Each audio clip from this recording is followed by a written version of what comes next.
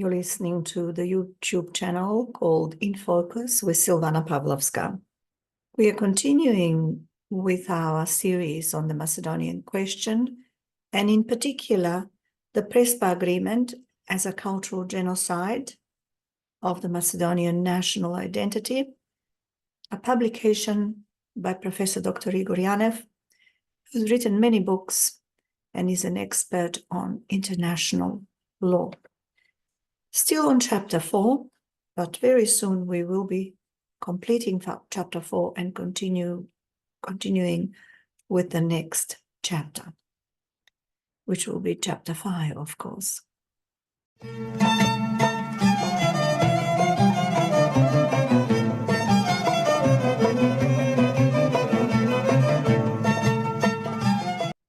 The Bulgarian invention for conditioning seems to be almost copy-paste strategy already seen in the Greek methodology of the dispute creation and the resolution. As an effect of negotiations, ethnic national Macedonian community was internally divided as never before in the Macedonian modern history. The Macedonian government, already in view of the Macedonians, in quotes, sold to the Greeks, in quotes, an ancient history. And now, in addition, Bulgarians, quote, got the entire Middle Age history again by consent. And therefore, with all of the Macedonian history lost in favor of the neighboring countries, in the eyes of the people, even present national identity was completely nullified and erased by the unlawful change of the constitution and votes of the, quotation, traitors, such as K. Mukoski, as mentioned previously in this publication. At the end of the renaming of Macedonia, there was not an award which was promised by the EU for apparent humiliation in the form of the opening date for the negotiations with the European Union for state membership.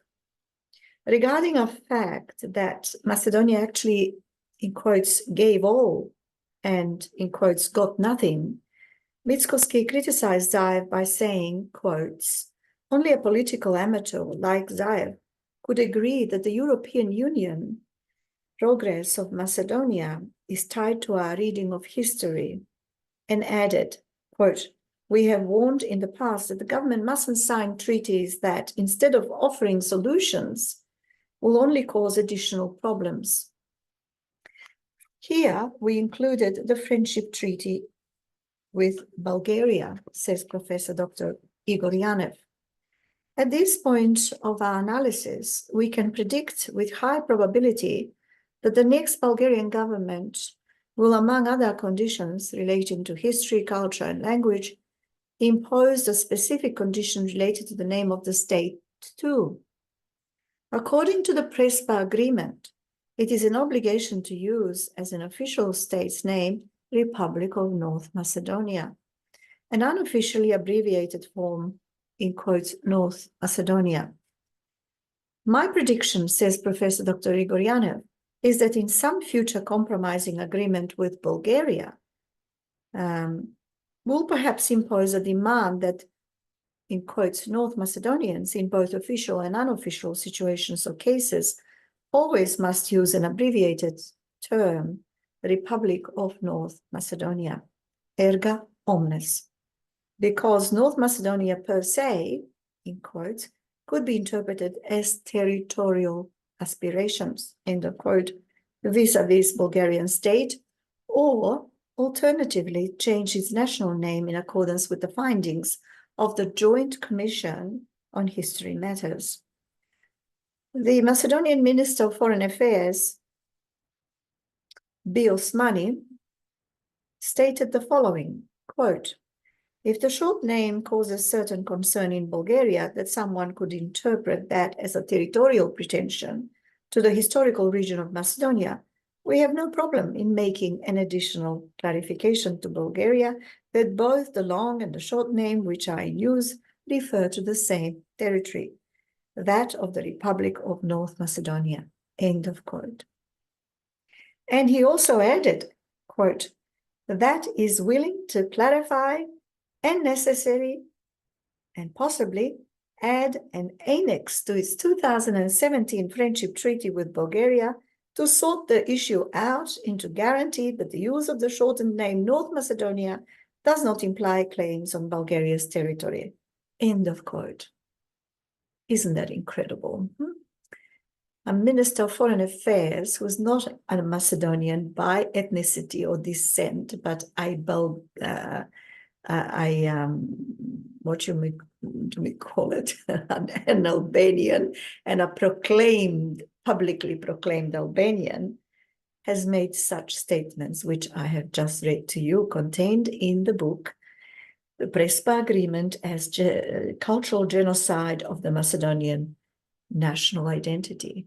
Who does B. Osmani think he represents? Is he the minister of the Republic of Macedonia, or is he a minister of the Republic of Albania or Kosovo? Which one is it?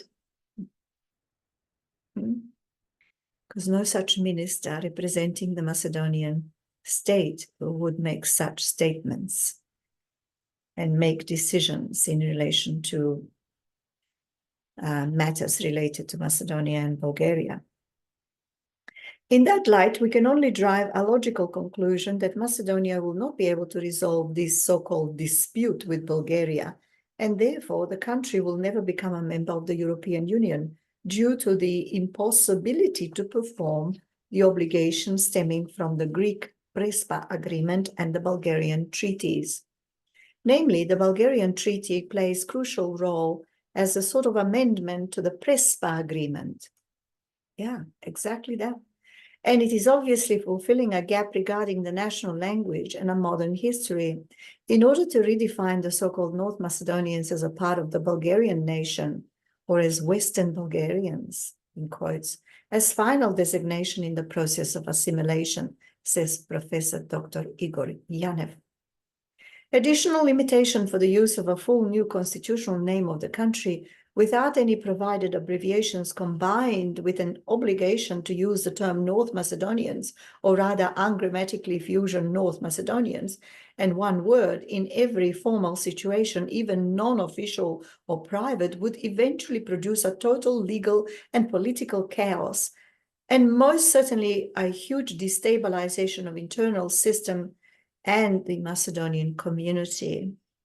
This will certainly provide a different destiny for Macedonia, most certainly not in the EU, but rather in the territorial or administrative borders of Bulgarian state or state of Great Bulgaria in a period of time. Even without further states redefinitions, other Bulgarian conditions are also impossible to fulfill, says Prof.d-r Igor Janev.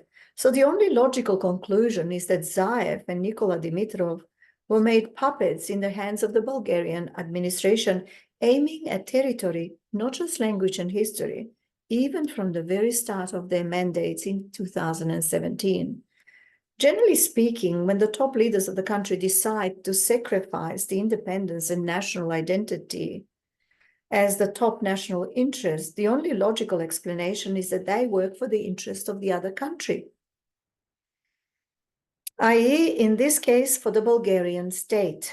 As we mentioned previously, the first diplomatic step of the new Prime Minister Zaev in 2017 was signing a treaty with Bulgaria that later became a ground for conditioning Macedonia for the EU membership.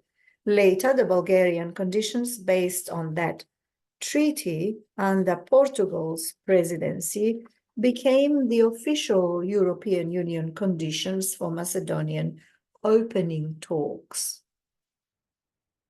At the domestic plane, the first important move of Zaev was smuggling the bilingual law that in fact regulates constitutional matter, use of languages, without making any amendments to the constitution, and with the law that requires qualified majority rather than a simple one. This bilingual law was necessary to ensure execution of the Tirana Platform. aimed to transform the country from a unitary, that is one nation, to a binational state. At that point, and when discussed smuggling of the constitutional amendments, says Professor Igor Janev, we observed blatant dependency of Zaev and his administration on the Albanian foreign influence.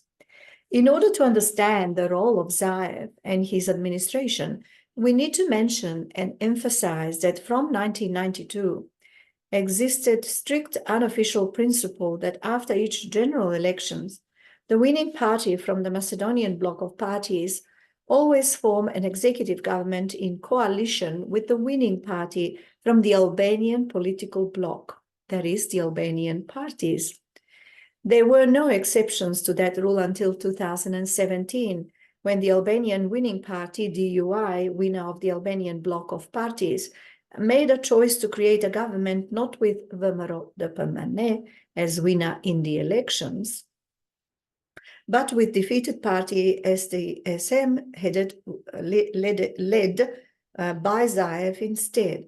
So Zaev became the prime minister under implicit control of DUI, that is the Albanian political party, despite the objections to that nomination by the president of Macedonia, George Ivanov, disapproving Tirana Platform, and thus SDSM owed DUI a victory.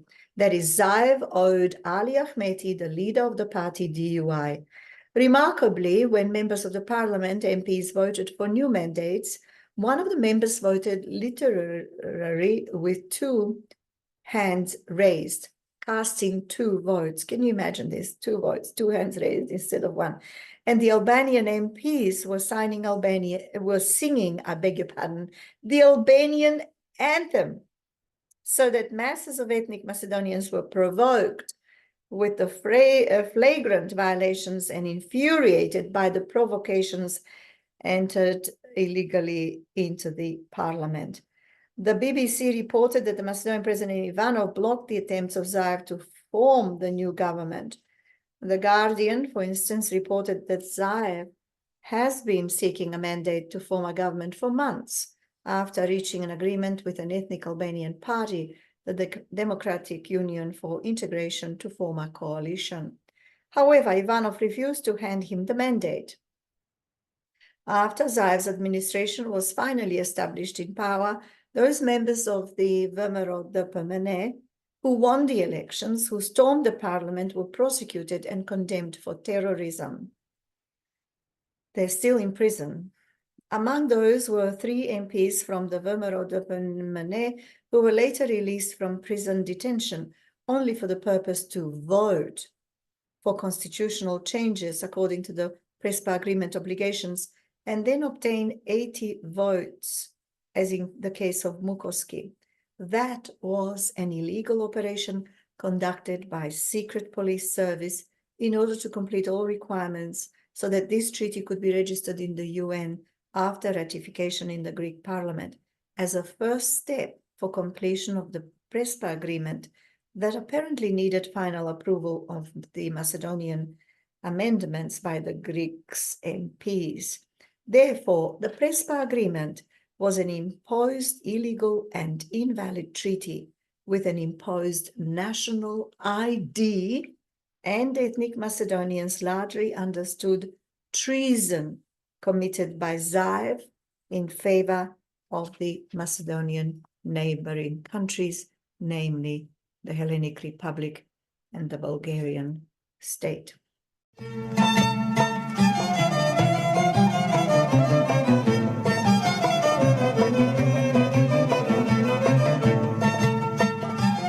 Page 191, and we're going to continue with the paragraph which starts with recently, in 2021, says the Professor Igor Janev, in accordance with the Tirana Platform. Tirana Platform is the Great Albanian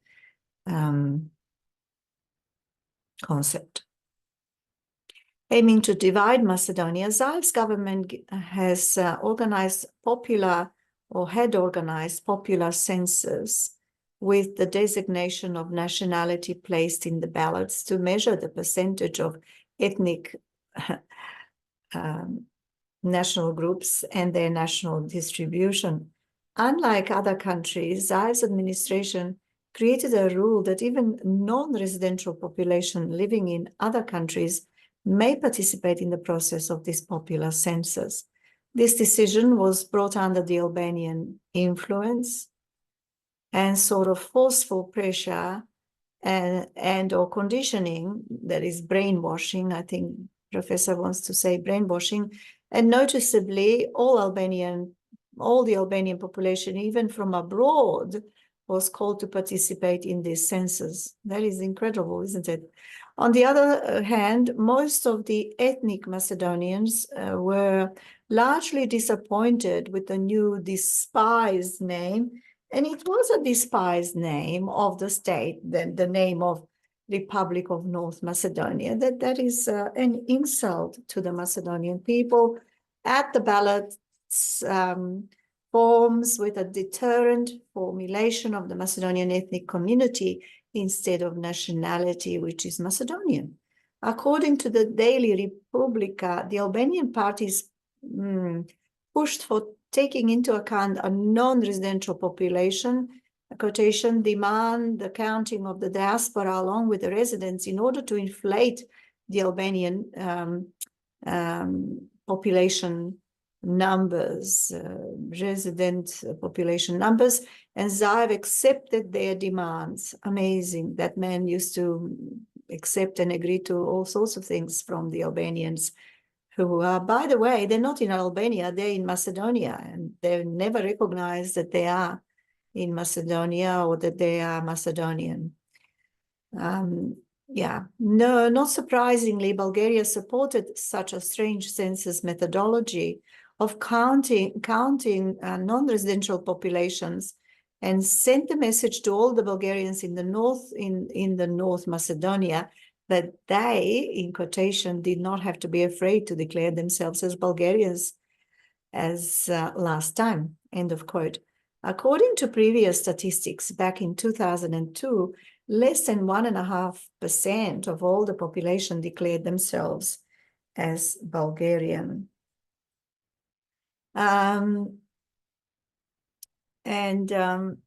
As for the V.3 party, they warned the Macedonian people that the administration is planning a fake and illegal popular census, and that all related to this census was not a statistical, but rather a political operation aimed to decrease the percentage of the ethnic Macedonian population in the total population of the country.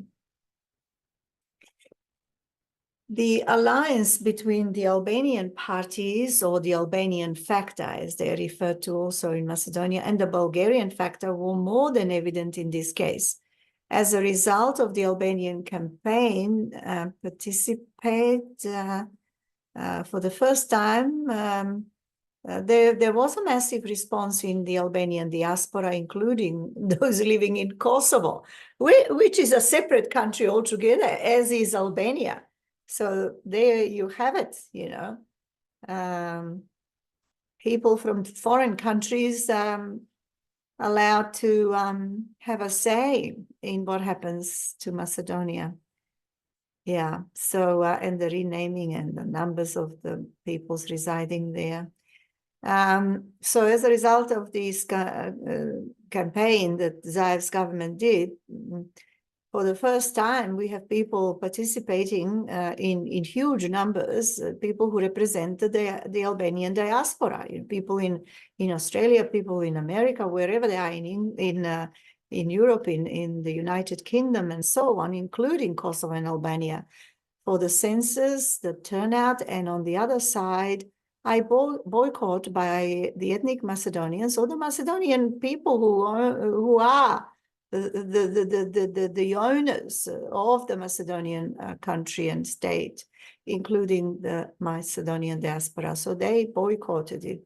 Finally, the United States of America warned the leader, Christian Mickoski from V.3 to prepare the ethnic Macedonian population to participate in the census. Wow. So the United States of America intervenes as well. And not only do they intervene, but they actually issue a warning to the leader of the largest patriotic party in Macedonia to prepare the Macedonian population to take part in the census, really. Since the policy of V.3 was to recognize the census of the resident population only. At the end, after diplomatic pressures from the Western allies, you know who they are, partners and blackmails from the Albanian opposition parties, the leader of V.3, Mickovski, called all Macedonians to participate in the census. Well, I don't know whether that was a wise decision. Honestly, you know, why let others outside the country interfere, including the United States of America? And of course, the others, you know, the Bulgarians, the Hellenic Republic, the Kosovo, the Albanians. Why? I mean, can't they mind their own businesses?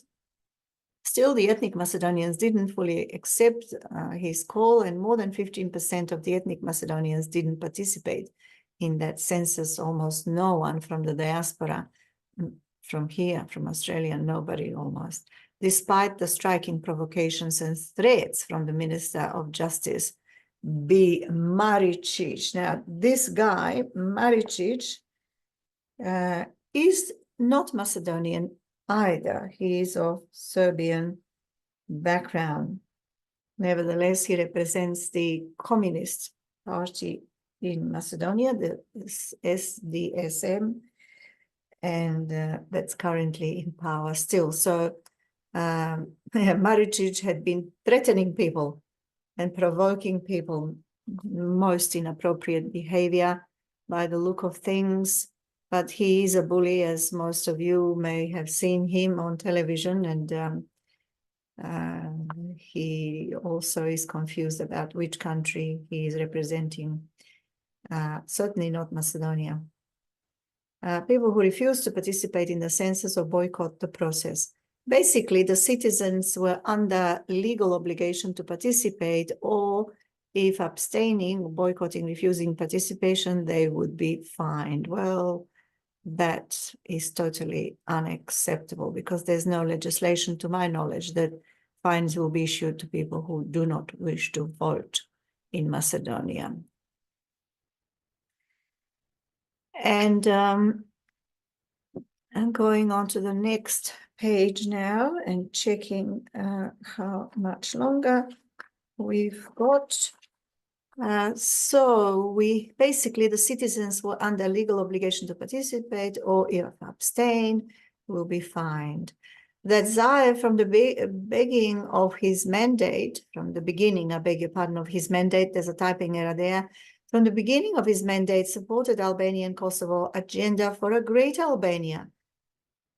This is unbelievable that a prime minister of the Republic of Macedonia should be supporting the Albanian-Kosovo agenda for a greater Albania. It became apparently clear when he signed the unusual protocol for military and security, or SOFA, providing for the presence of Kosovo security and army forces in Macedonia. So in other words, letting the Kosovo and the security and army forces to be present in Macedonia. Why? What was his mandate? I'm sure people didn't vote for him to let foreign countries, military and security forces to be part of to be allowed to come into Macedonia. What was the reasoning behind that? How did that happen? According to the analysts, this treaty was against the UN policy regarding the application of the UNSC Resolution 1244 of 1999, and particularly limitation of such security forces, KBS, to the territory of Kosovo.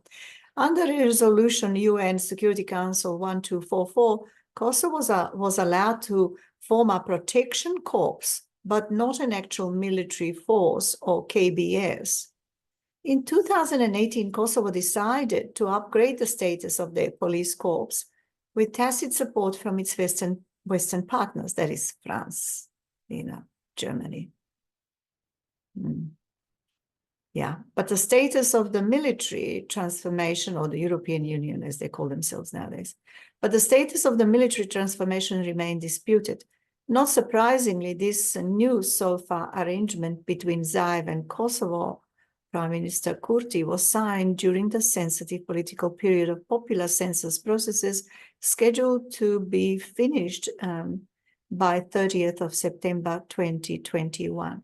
Now, this is during the COVID period. So all these agreements, treaties were signed, letting other foreign forces, military and otherwise, to have a presence in Macedonia. Why? Was Macedonia under some threat?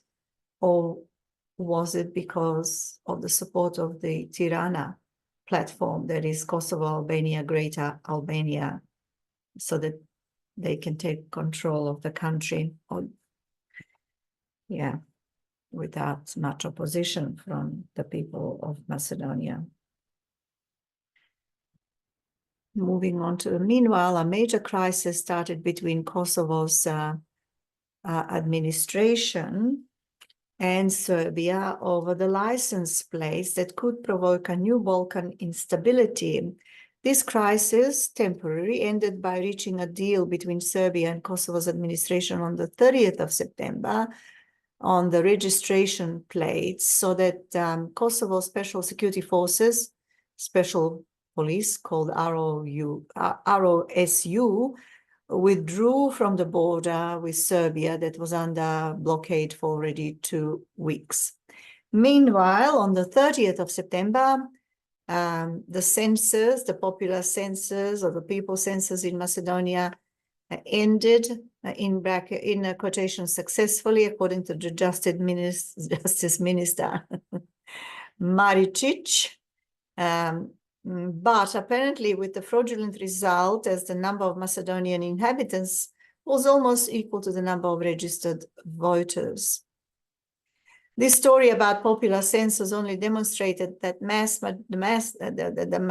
the huge majority of ethnic Macedonians did not accept the new name of the country, and that the Albanian plans for territorial division of Macedonia, presumably with Bulgaria, was the too idealistic and presently an unrealistic plan for both countries.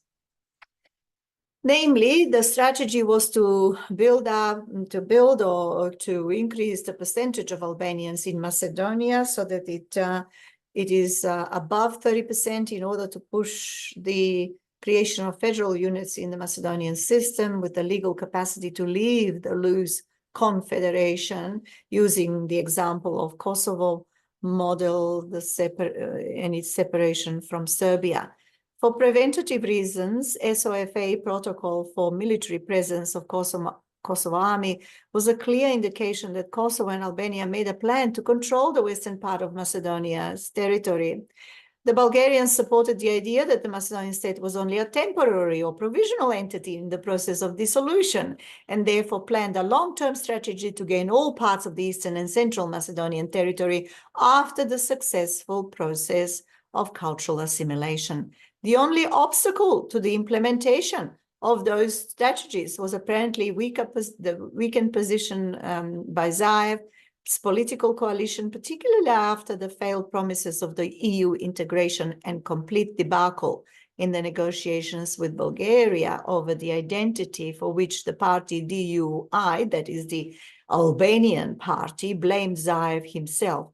Meanwhile, the economic standard of average citizens is remarkably low. It went very low, and the Social Democrats Party suffered from, well, there were many resignations. And as for the plans of Albania and Bulgaria to divide the Macedonian territory, it seems to me, says Professor Dr. Igor Janev, that the strategies from both countries haven't considered seriously two important security variables. First, a dissolution or division of Macedonia as a state may not go peacefully, taking into consideration the previous Balkan history and spectra of regional interests. Namely, both the Albanians and the Bulgarians will not easily make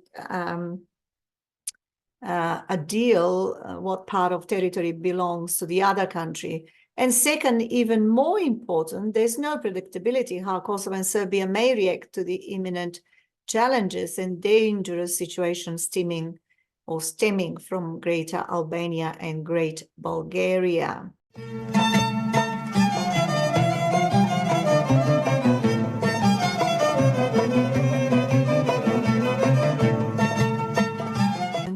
Thank you for your attention today.